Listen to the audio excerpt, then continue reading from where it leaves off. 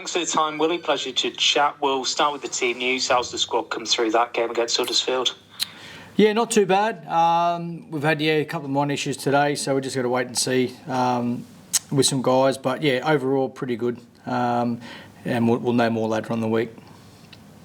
Although he did come back on in the end, Bill Leyland went off with that injury at half time. Did you figure out what that was, and is he all right? Yeah, he's not too bad. He trained today and then he sort of faltered again, so that's one that we're going to have to make a call on later in the week.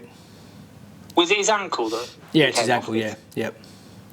Jared Warea-Hargreaves getting the 2-game ban. What's your reaction to that? Look, it is what it is. It's unfortunate because if you fight those things, and he misses a cup final if you don't win. So yeah, it's not going to give it too much more energy now because a decision's been made, and we'll move on. I know when you spoke to Rich after the game at the weekend, you said there might be some plans to rotate players. You're going to kind of play it by ear, see how the squad comes through. Will Jared's ban affect any potential plans to rotate? No, we won't rotate. If players don't play, then they're not going to be fit enough to play, or we don't want to risk them. But yeah, it's not going to be a rotation sort of system. We definitely gave 2 guys a rest on the weekend who have played a fair bit and trained a lot. But this week there'll be players that'll be playing who are able to play, and obviously this time of the year most people and most teams and players have got in niggles, so it's either they can play through them or they can't. So as I say, that's why we'll know our team later in the week. I'm interested from a coaching perspective, because when I speak to football managers and football coaches and say they go a week without a game, they train with quite a heavy session to almost mimic that the workload you have from a game. When you're rotating players like you did with Jesse and Peta at the weekend, do you train any differently to make sure they're still getting that game workload and they're not going 2 weeks without that? Yeah, so a lot of it's around the contact levels, and we take that out of them. But in terms of loads of running and that type of thing, then they still got that. But yeah, mainly rugby league's a physical game, so you do that week in, week out. That takes its toll. The running loads, you need to keep that going, otherwise that's when soft tissue injuries can start to happen and that type of thing. So it was mainly taking them out of certain things, but taking them out of the main contact of the week is obviously the game. You've also got this rule to contend with the maximum minutes allowed over the 12-month period. Will that affect your selection over the coming months? Are there any players that you're having to keep an eye on their minutes at the moment? I don't think we've got that, do we? I'm not sure. No one's mentioned anything to us about that. So, yeah, no, I don't know. I don't think it's in place. Okay. We spoke about Noah Booth last week and how well he's progressing over the last couple of months. What did he have to say after his home debut for the club at the weekend? Yeah, no, he's doing a good job for us. He obviously played on the wing the first game and then played in the centres, so that's he's a versatile player. He can play fullback as well. He's an athlete, and as I said all along, he hasn't had a pre-season with us, so he's only going to get better. He's young, he wants to learn, and they're the players that you want to develop. He's a good person, and happy with how he's developing. And one thing that Rich and Nick mentioned in the commentary as well was that how progressive he looks physically in terms of his stature. Often when we see players making the step up to Super League, it tends to require a season or two for them to physically get up to that level, but he seems to be quite close to it already. Yeah. He, as I say, he hasn't had a pre-season with us. When we, the players prepare, it's a tough pre-season. But obviously he's had a good pre-season at Wakefield, because I'm sure that's who he spent the time. Well, with the first team, I'm sure that he spent time with them. But yeah, physically, with his shirt off, he's in good shape. So he's fit. He's strong. But as I say, like a pre-season with us, he'll develop even further. So it's really important. At a younger age, you start creating good habits of how you want to train and how you want to prepare and what a professional looks like, and he's ticking all those boxes, and that's why he's getting the opportunity. I've always said it, like with our young players, they need to earn the right to to wear the jersey, and he's earned the right in this short space of time. But I'm excited to see where it can go because, as I say, after a pre-season or two, not necessarily just one, a couple of pre-seasons with us, he'll be better for it. I think there's a lot of excitement amongst the supporters as well. Surely that, as a player, that must help you when you're coming into a new club, that you've got that buzz in the stands about you as well. Yeah, he's well liked already amongst the group. Because they can trust him. They see what he does at training, and he's a good person. He's a good fella. That's the most important thing, and he works hard. So, he ticks a lot of the boxes of what a KR player looks like. Let's look towards Warrington then. The only team you're yet to play so far this season. What are you expecting from them? Yeah, expecting a tough game at their place. Obviously, they wouldn't have been happy with last week's result. They're a good team. They're a very good team, and they've got players that can hurt you. Obviously, some players out at the moment, but we're like that as well. So it's going to be a good tough game. One that we're looking forward to, and one that we know is an important one for us. Like you said, in reading Sam's interview after the game on Sunday, he certainly was a bit disappointed in their performance, said they were far from showing what they can be. Are you expecting a big response from his players to that? Yeah, week? I'm sure they will, no doubt. It was... I think if you looked at the games on the weekend, most teams were... every team sort of had a flat spell that played, the 4 teams that played last week, and obviously the other teams get a week off, so they're going to be fresh. And there's no doubt that can have impact, and probably did in Warrington's performance last week. But we know what we're going to get back at their place. I know what team we're going to be playing against, but again, it's all I worry about is what team we're going to have show up, and I know what we're going to. The mindset's going to be about putting in another strong performance because Warrington's our next opportunity, and we're looking forward to going away and hopefully getting a win. Are you going over on the day, given it's an evening one, or you're staying over the night before? We'll go the day, yeah. Okay. Matt Duffy, he's top meter maker in the competition at the moment. How do you deal with a threat like that? Yeah, you just got to keep on to him.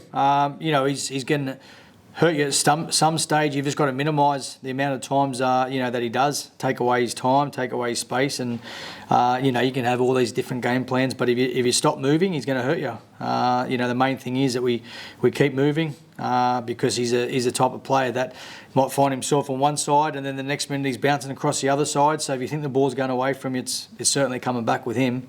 And it's important that, as I say, that you keep moving because otherwise he'll hurt you. Speaking to Minnie after the game of the weekend, he said, yes, it is technically a dress rehearsal for in 2 weeks' time, but it's a different competition, it's a different ground, it'll be a different atmosphere. What has your message been to the players going into this one?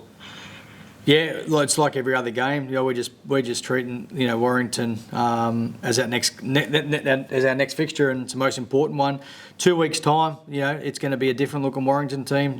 George will be back. They'll have players back. But we know who's there this week, and we're there to do a job this week as from our end, and then we'll worry about a couple of weeks' time or 3 weeks' time, whenever it is then, because we've got a game in between that against St Helens, who's another very good team. So they're 2 different games, because we're playing away at Warrington this week, and then we've got a home game against St Helens, and then we play at Wembley. So that brings a lot of different mindset. I think the players, both teams will be well and truly up for that.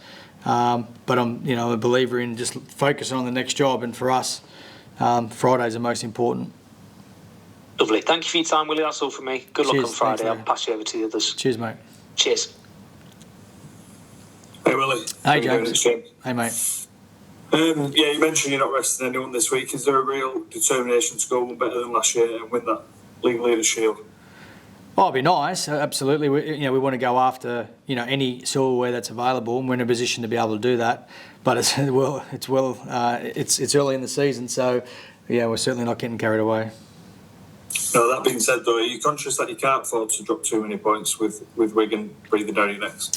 Yeah, there's no doubt Wigan don't lose too many games. And you've obviously got Lee there, and Leeds are playing well. So, obviously Wigan's, as I said before, they're a team that don't drop too many games. So if you do drop games, then or too many, then you're not going to get the league leader shield because, as I said before, they don't drop too many. Yeah, I know we say it all the time, but is this a good test of your team's mentality with Wembley coming up, that you do concentrate on the league and get these 4 points picked up before them? Yeah, it's every week's important. This is our next opportunity. So we've shown that we can, we can play at a consistent level this season, and I'm expecting that again. So nothing changes. It's not like we're building this to any other game. We want to be in a strong position. We don't hide away from that. And, going into Wembley, and the only way to do that is by performing well and getting results. Nothing changes in that way. Will you? I know we're looking ahead slightly, but will your plans adjust slightly for next week?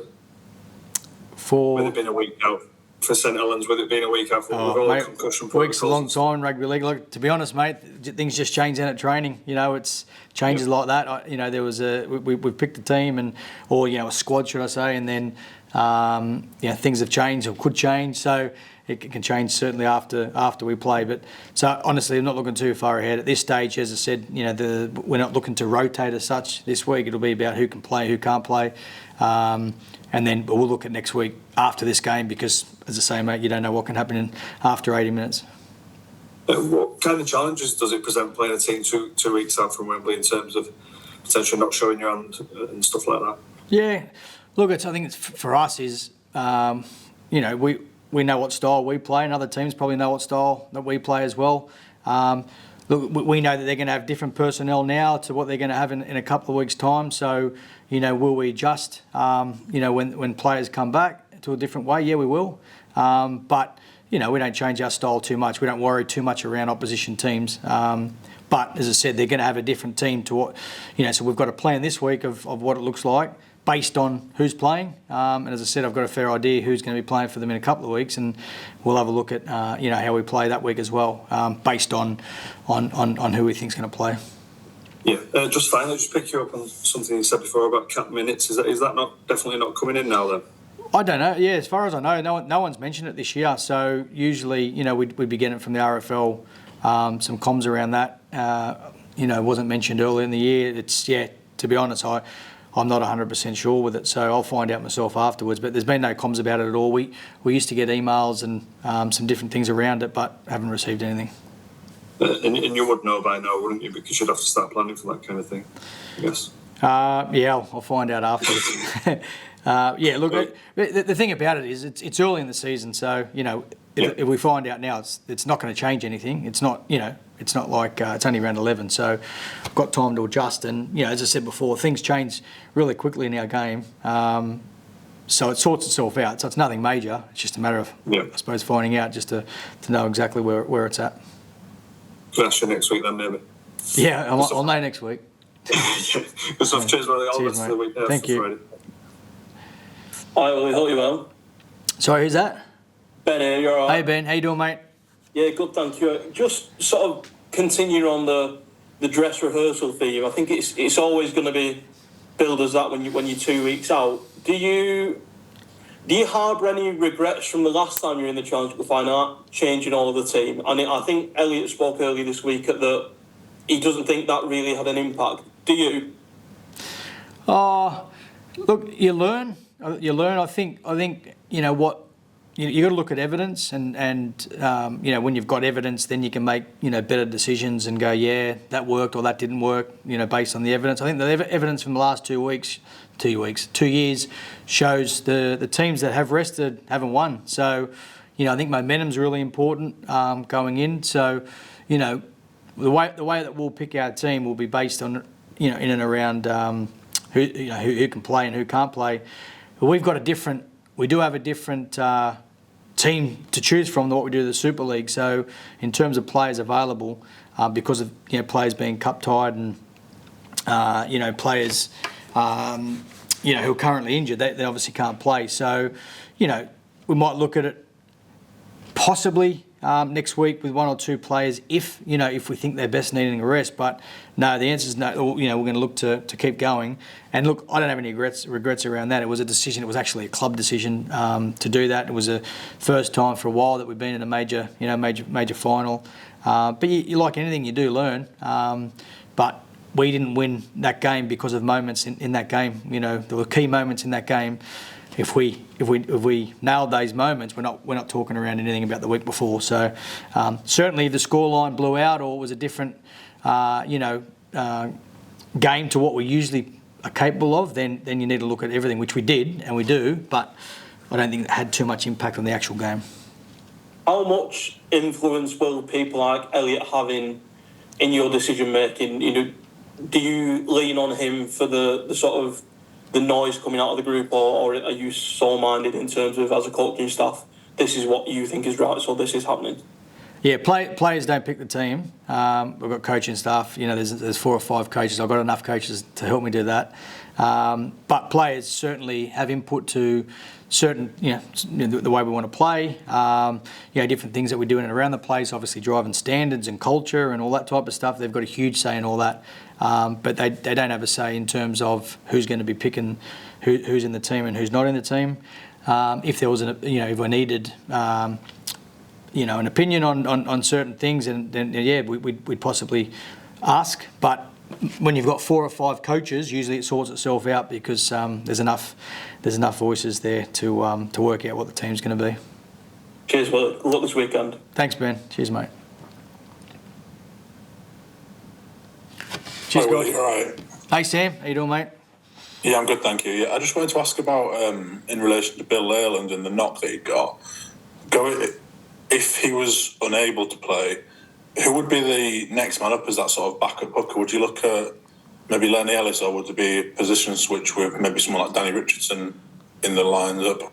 Yeah, both options. Look, I think Richo would probably be more that option who can he can come on and play half and he can play hooker as well. He's trained well. So I'm certainly got faith that he can go on and do a job there.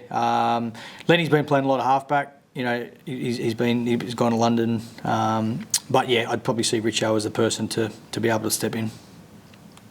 And with the likelihood that I think Mickey McLaurin's leaving at the end of the year, is that third choice hooker one of the, maybe not a pressing issue for recruitment, but is that in the back of your mind going forward? Yeah, absolutely. Yeah, it's definitely an area that we need to look at, or we are looking at it, and it's an area that we need to make sure that we get right and bring someone in that's going to be suitable. But based on what you've seen so far, you'd be comfortable with Bill as your number 2. I think he's gone fairly well every time he's had a run out. Yeah, Bill's only, the thing about Bill is he's only green, like he's very raw. He hasn't played a lot of like rugby league in general, and he, in the short space of time, he's doing a really good job. But he's only going to get better and better. Once he fully understands the game and understands his body, understands how to train properly. Like he's doing that at the moment, but you only learn that over time. You need time. So I'm happy the way Bill's developing. And he's doing a decent job for us at the moment, and he's getting some game time, which is good. So there'll be opportunities for Bill. We're looking at Bill as a longer term player at our club. We hope he's around for longer.